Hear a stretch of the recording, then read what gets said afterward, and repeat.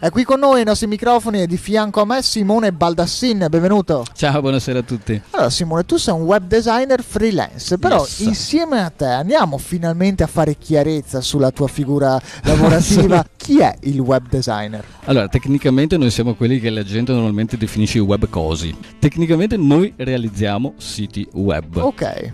Quindi facciamo tutto ciò che è l'attività che gira intorno al mondo del web, inteso anche non solamente come la creazione del sito, ma anche la progettazione, il marketing, i social media, tutto ciò che ha a che fare con la promozione di un'attività nel mondo del web. Perfetto, quindi diciamo che non fai solo la parte che arriva a noi, ma anche tutto ciò che sta dietro. Sì, perché il web si è evoluto un sacco negli ultimi anni, quindi se una volta bastava mettere su una vetrina perché il mercato era quello, ormai oggi è diventato molto complesso. Certo. Quindi diciamo che il sito web di per sé è solamente lo strumento che può portare a una conversione verso i clienti, però è necessario che dietro ci sia tutto un progetto, tutto un meccanismo di cose da seguire prima e anche dopo, ovviamente. Che dietro ci sia un lavoraccio. Un lavoraccio.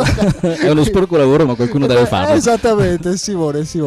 Però tu da web designer freelance, Sì. di che cosa ti occupi nello specifico? Allora, io ti dirò, nello specifico io faccio più o meno tutto, nel senso che mi sono specializzato in tutte le cose negli anni, però poi io ho scelto dei collaboratori per andare a fare delle cose di cui io non mi occupo più, quindi io sostanzialmente mi occupo della realizzazione e dello sviluppo degli siti web in piattaforma WordPress. Ok, quindi in sostanza hai un team che Sì, ti ho un aiuta. team, siamo un gruppo di freelance, Ok. mettiamola così. Però li salutiamo anche. gli Ma altri. anche no, non importa, Ah, sono dei barboni, lasciali lavorare, che facciano quello che Esattamente. devono Quindi fare. non vi salutiamo. Simone. Assolutamente no.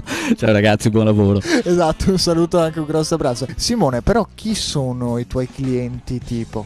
Beh, allora calcola che comunque se ci gestiamo come freelance senza una grossa azienda dietro, un'agenzia dietro, obiettivamente puoi puntare al privato, la piccola e media azienda. Ok. Stai alla larga comunque dalla grande azienda per ovvi motivi che non sto qui a spiegarti. Poi calcola che io come prima professione faccio anche il docente, quindi Perfetto. lavoro in un istituto privato, quindi potenzialmente mi pongo anche verso un pubblico di persone che vogliono fare il nostro stesso lavoro. Com'è insegnare la tua passione? Ma è una figata, cioè è una cosa che tu fai con passione, Certo, quindi certo. è assolutamente fantastico, cioè è bellissimo perché comunque puoi prendere delle persone che non sanno nulla e che hanno delle aspettative, dei sogni e le puoi portare a realizzarsi, a Esattamente. diventare qualcosa e a metterli nel mondo del lavoro. Ma le facce dei tuoi studenti quando parli, come restano? Ma più o meno come la tua adesso. Tipo così. Ma no, sai, c'è chi parte scettico, chi capisce che invece se ti impegni, se dedichi il giusto Certo. tempo alle cose, poi puoi portare a casa risultati in un settore che crisi non ne ha mai visto sostanzialmente, quindi è eccezionale. Ovviamente non tutti ce la fanno, bisogna avere anche una predisposizione, però c'è una grossa percentuale di persone che esce molto soddisfatta e noi siamo felici di ciò.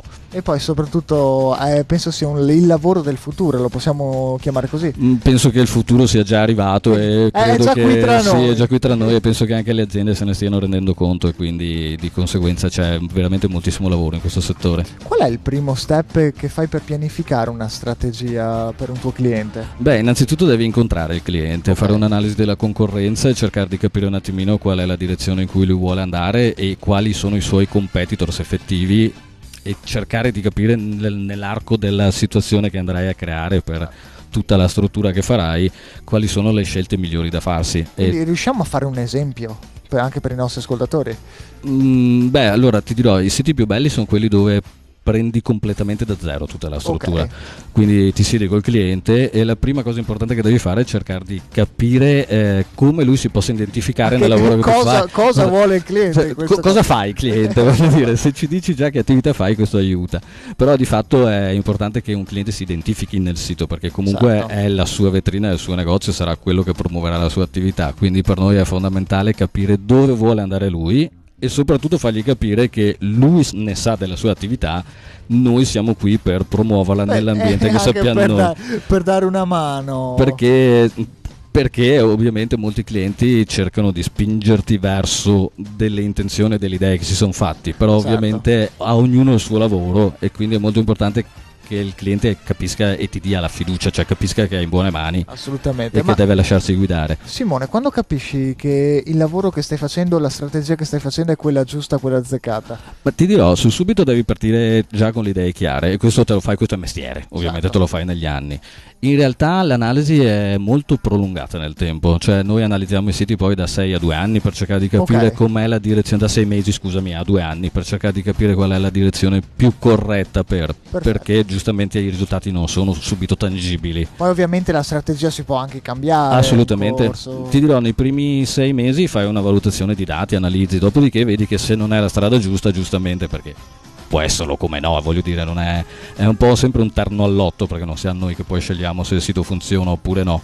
sono altri criteri, quindi eventualmente poi valuti strategie alternative o prendi un'altra strada. Simone, purtroppo siamo in chiusura, te però il piacere dei saluti. Guarda, saluto tutti i miei corsisti a sto punto, visto che ne ho un sacco e che sicuramente poi vedranno questa video intervista o l'intervista o mi seguiranno, quindi un saluto a tutti quanti i miei colleghi e in bocca al lupo a tutti. Anche perché sennò si offendevano. E quindi le salutate, abbiamo fatto bene. Così sì, ma sai, allora non posso darti i barboni come ho fatto con i miei collaboratori, giustamente. Se no partono baruffe in corso. Simone, io ti ringrazio per essere stato qui ai nostri microfoni, mentre voi, amici di Venezia dai social, continuate a rimanere in ascolto con ulteriori storie ospiti da sentire. Ciao a tutti.